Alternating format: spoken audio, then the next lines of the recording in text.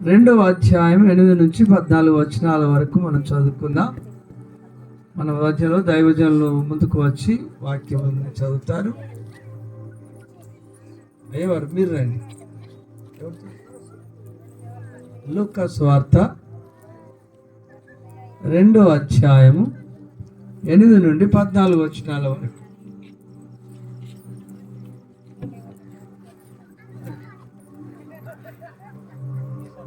హిందీలో మాట్లాడతారా? సరే. పడ రండి, బైబిల్ తీసుకొని.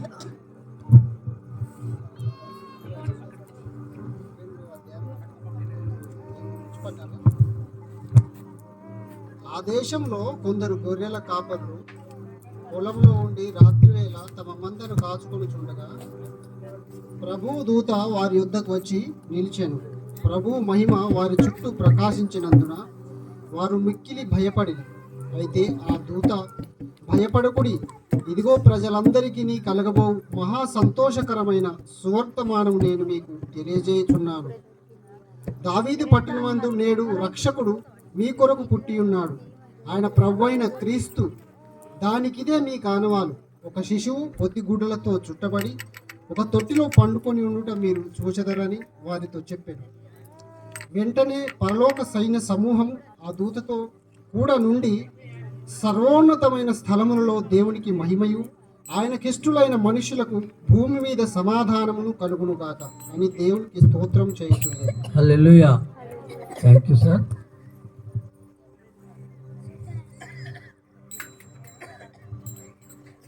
పదవ వచనంలో, అయితే ఆ దూత, భయపడకుడి, ఇదిగో ప్రజలందరికీ కలగబోవు మహా సంతోషకరమైన సువార్తమానం నేను మీకు తెలియజేయుచున్నాను. అమ్మా, ఈ దినాల్లో ఎన్నో వార్తలు మనం వింటున్నాం కదా. తెల్లారు లేచిందంటే ఎలాంటి వార్తలు వస్తాయి? భయంకరమైనవి. మన వార్తాపత్రికలు చూసినట్లయితే ఏం వార్తలు చూస్తాం చెప్పండి? మరణాలే కదా, మరణాల వార్తలే. పేపర్ చూసిందంటే యాక్సిడెంట్లు, ఇంకా దొంగతనాలు, మోసాలు అనేకం మనం చూస్తాం. భయంకరమైన వార్తలు మనం వింటున్నాం. అయితే దేవుడు ఈ దినం ఒక సంతోషకరమైన సువార్త మనకు తెలియజేస్తున్నాడు. ఏంటంటే, దావీదు పట్టణమందు నేడు మీ కొరకు రక్షకుడు పుట్టి ఉన్నాడు. ఈయన ప్రభు అయిన క్రీస్తు. ఒక మాట అడుగుతాను, మరి యేసుక్రీస్తు జననం విషయంలో మీరు ఎవరైనా చెప్పండి. ఈ జనన దినాన్ని బ్రతుకున్న వారికి చేస్తారా, చనిపోయిన వారికి చేస్తారా? బ్రతుకున్న వారికి, పుట్టిన వారికి కదా. ఎవరు అంటే యేసుక్రీస్తు ప్రభుల వారు. ఆయన జనన దినం ఇప్పటికీ 2023 సంవత్సరాలు అయిపోయింది. ఆయన సజీవుడిగా ఉన్నాడు. ఆయన బర్త్డే కేక్ కట్ చేయబోతున్నాం. ఆయన సజీవుడిగా ఉన్నాడు అంటే మరణాన్ని జయించి తిరిగి లేచి ఇప్పుడు పరలోకం అందు తండ్రి కుడిపార్శ్వన ఉన్నారు.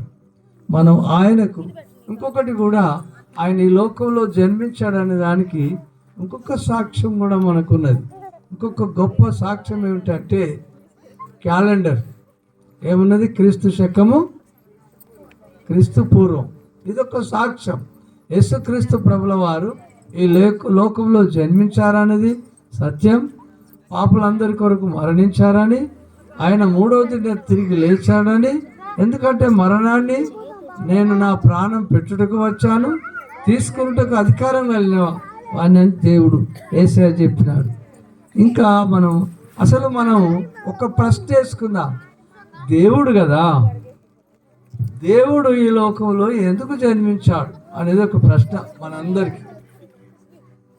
ఒక భక్తుడు ఈ విధంగా అంటారు, దేవుడు అక్కడ ఆకాశంలో ఉండి ఒక బూరను పెట్టి, నేనే దేవుడను, నేను తప్ప వేరొక దేవుడు లేడని అక్కడి నుంచి ఒక మాట పలికినట్లయితే అందరు లోకస్తులు అందరు విని, అవును ఆయన అక్కడ పరలోకమందు ఉన్నాడట, ఆయన దేవుడు, ఆయనను ఆరాధిద్దామని అనుకుంటుంది కదా అని అంటే అది కానే కాదు దేవుని బిడ్డలారా. ఎందుకంటే నమ్మరు. ఎందుకు నమ్మరు అని అంటే యేసుక్రీస్తు ప్రభుల వారు ఒక మాట అన్నారు. ఎందుకు నమ్మరంటే లూకాసు వార్త 16వ అధ్యాయంలో పాతాళంలో ఒక ఆయన ధనవంతుడు వేదన పడుతూ ఆ తండ్రి అయిన అబ్రహామును అక్కడ ఉండగా లాజరు అక్కడ అబ్రహాం రొమ్మున ఆనుకొని ఉన్నాడు, వాక్యం తెలిసిన వారు. అయితే ఈ నరకంలో కాలుతున్నటువంటి ధనవంతుడు ఏమంటాడంటే, అయ్యా అయ్యా నేను ఇక్కడికి నరక వేదన అనుభవిస్తున్నాను, ఇక్కడ మంటలు కాలుతున్నాను నరకములో. అయితే ఈ మంటల్లో నేను భూమి మీద ఉన్నప్పుడు ప్రభును తెలుసుకోక ఈ లోకానికి వచ్చినాను. నాకు 5 తమ్ముళ్ళు అన్నదమ్ములు ఉన్నారు. అయితే మీ ఆ లాజర్ని కనుక చనిపోయినాడు కదా తిరిగి లేపి భూమి మీదకి పంపినట్లయితే నా సహోదరులు నమ్ముకుంటారు, ఈ మరణకరమైన మరి లోకానికి రాకుండా ఉంటారు అని ఈయన అప్లికేషన్ పెడుతున్నాడు. ఎక్కడ? నరకంలో ఉండి అబ్రహాంకు ప్రార్థన చేస్తున్నాడు. అప్పుడు అబ్రహాం అంటాడు, అయ్యా అక్కడ కింద భూమి మీద నా శిష్యులు నాకు బోధకులు ఉన్నారు, వారు చెప్పిన మాట మీరు వినాలి. ఒకవేళ లాజరు చనిపోయి తిరిగి లేచి కనిపించినా అందరూ ఏమనుకుంటారు, దయ్యము భూతము వచ్చింది అనుకుంటారు. చనిపోయి ఒక లేచి వచ్చినా ఎవరు నమ్మరు. కావున వాక్యం బోధకులు ఉన్నారు, వాక్యం చెప్పేవారు ఉన్నారు, స్వార్థ చెప్పేవారు ఉన్నారు. వారు చెప్పిన మాటలు విని నమ్ముకుంటే ఈ మరణకరమైన వేదనలో ఈ స్థలానికి రారు అని ఒక మాట చెప్తుంది. దేవుని బిడ్డలారా, ఇంకొకటి ఏంటంటే యేసు మానవుడిగా ఎందుకు జన్మించినాడు? దేవాది దేవుడు అంటే ఆయన వాక్యమై ఉన్న దేవుడు. ఆయనను ఎవ్వరూ కూడా తెలుసుకోలేకపోతున్నారు. కీర్తనల గ్రంథం 16:4లో దేవుడట ఆకాశంలో నుండి నరులందరినీ చూస్తున్నాడట ఆయన పెద్ద కన్నుతో. వివేకం కలిగి తన్ను ఎవరో వెతుకువారు గలరేమో అని దేవుడు ఆకాశం నుండి నరులందరినీ పరిశీలించి చూస్తున్నాడు. చూస్తే ఎవరు కూడా ఆ దేవుణ్ణి, ఆకాశాన్ని వర్షమిచ్చే దేవుడు, ఆ సూర్యచంద్రులు పుట్టించి మనకు వెలిగిచ్చే దేవుడు ఆయనను కనుగొనలేకపోతున్నారు. అందుకే రోమిలకు రాసిన పత్రికలు పౌలు గారు చక్కటి మాట 1వ అధ్యాయంలో అంటారు, ఆ అక్షయమైన దేవుణ్ణి క్షయమగు పక్షుల యొక్క జంతువుల యొక్క ప్రతిమా స్వరూపములుగా మార్చడంటారు. దేవుని బిడ్డలారా, దేవాది దేవుడు పైనుండి ఈ లోకంలోనికి ఎందుకు వచ్చాడు అంటే ఆయనను చూసిన వారు ఎవరు బ్రతకరు. ఆయన సమీపింపరాని మహిమలో తేజస్సులో ఉన్నటువంటి దేవుడు. కావున ఒక భక్తుడు అంటాడు, ఈ విధంగా అన్నాడు, దేవుని బిడ్డారా ఆయన భూమి మీదకి శరీరధారిగా ఎందుకు వచ్చినాడు అని ఆయన అడిగినప్పుడు ఆయన ఒక మాట చెప్తాడు. చూడండి, ఒక మాట చదువుదాం. మొదటి యోహాను 4వ అధ్యాయము 8వ వచనం. ఎందుకు ఈ లోకానికి వచ్చినాడంటే దేవుడు ప్రేమ స్వరూపి. ఆ పరలోకం విడిచి భూమి మీదకి ఎందుకు వచ్చిందంటే ఆయన ప్రేమ ఉన్నది. ఎందుకంటే మానవులందరినీ తన పోలికలో చేసుకున్నాడు కాబట్టి వారు పాపంలో నశించి నరకం పోవడం ఇష్టం లేక ఆ పరలోకం విడిచి భూమి మీదకి వచ్చినాడు అని. మరి ఎలా వచ్చినాడు? ఒక సింహం రూపంలో వచ్చి మాట్లాడితే మనం పరిగెత్తాం. ఆయన మన రూపంలోనే వచ్చినాడు. ఒక మాట చిన్న ఉదాహరణ చెప్తే మనకు అర్థమయ్యేటట్టు. ఇప్పుడు చీమలు ఉండేవి. మనం ఎండాకాలం వచ్చిందంటే చీమలు బాగా అయితే ఏం చేస్తాం, ఇంత మందు వేస్తాం చంపాలని. పాపం అవి తెలవక మంచి రుచికరమైన చీమలు వెళ్ళి ఏమవుతాయి, అవి వెళ్ళి ఏం చేస్తాయి, తింటే చనిపోతాయి.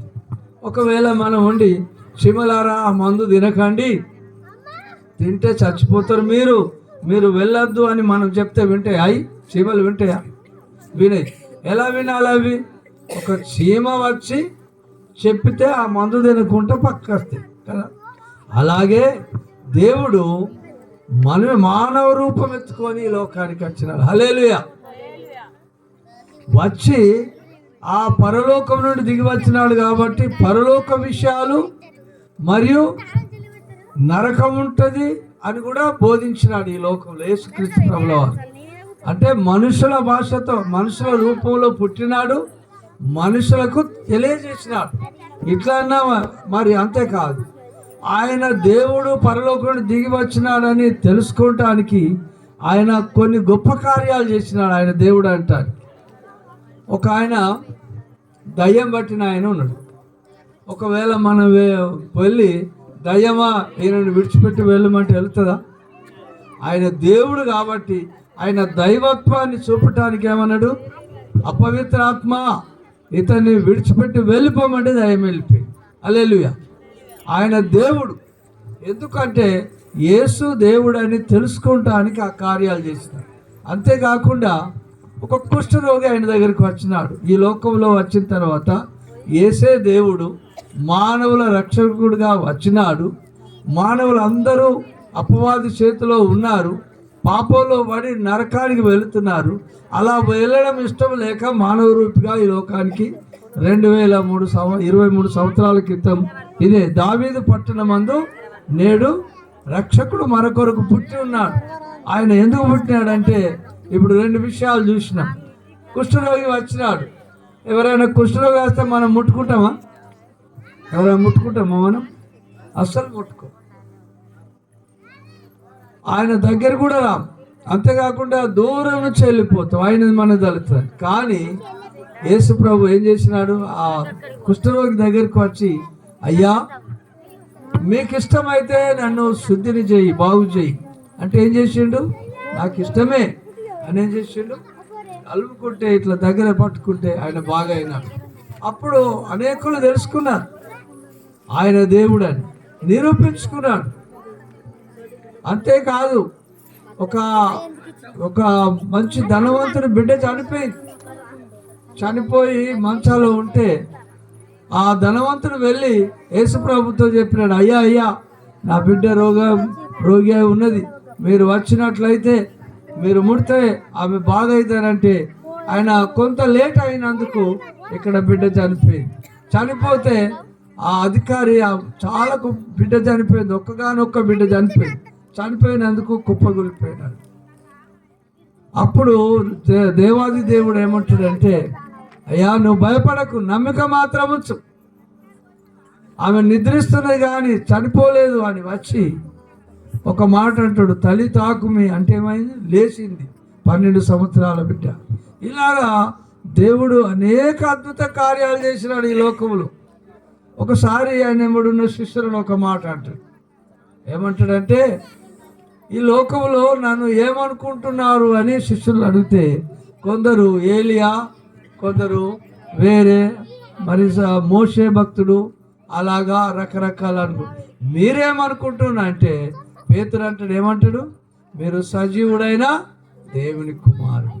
యేసుక్రీస్తు ప్రభుల వారు ఎందుకు ఈ లోకంలో జన్మించినాడు మానవ రూపిగా అంటే, మనము చేసిన అతిక్రమములు బట్టి మనం నరకానికి పోవాల్సిన వాళ్ళం.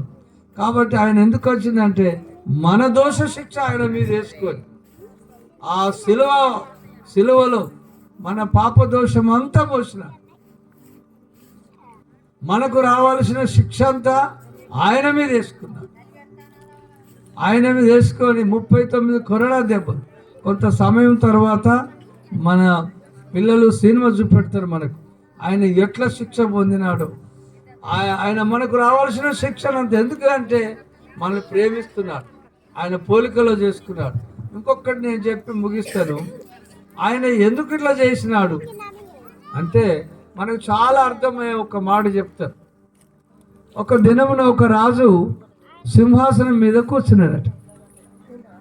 రాజు సింహాసనం మీద కూర్చుండి తన మంత్రులతో, సామంత మంత్రులతో, సైనికులతో సభ పెట్టి మాట్లాడుతుండగా ఒక ఆయన హఠాత్తుగా వచ్చినాడు.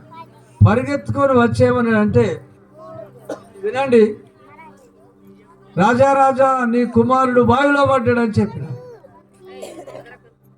అనేసరికి ఏం చేసిండు ఈ రాజు, మరి సైనికులారా వెళ్ళి నా కొడుకును బ్రతికించండి అని లేదు, కానీ ఆ మాట వినగానే ఆ సింహాసనం నుంచి దిగి పరిగెత్తుకొని బావిల దగ్గరికి వెళ్ళి కొడుకు మునుగుతుంటే లేస్తుంటే ఎవరూ అందులోనికి దిగలేదు. కానీ ఈయన రాజు వస్త్రాలు అన్నీ ఉన్నా ఎవరికైనా చెప్తే దునికి తీసుకొస్తాడు. కానీ ఈయన ఏం చేసినాడు, ఆ బావిలో రాజు దునికి తన కుమారుని రక్షించుకున్నాడు.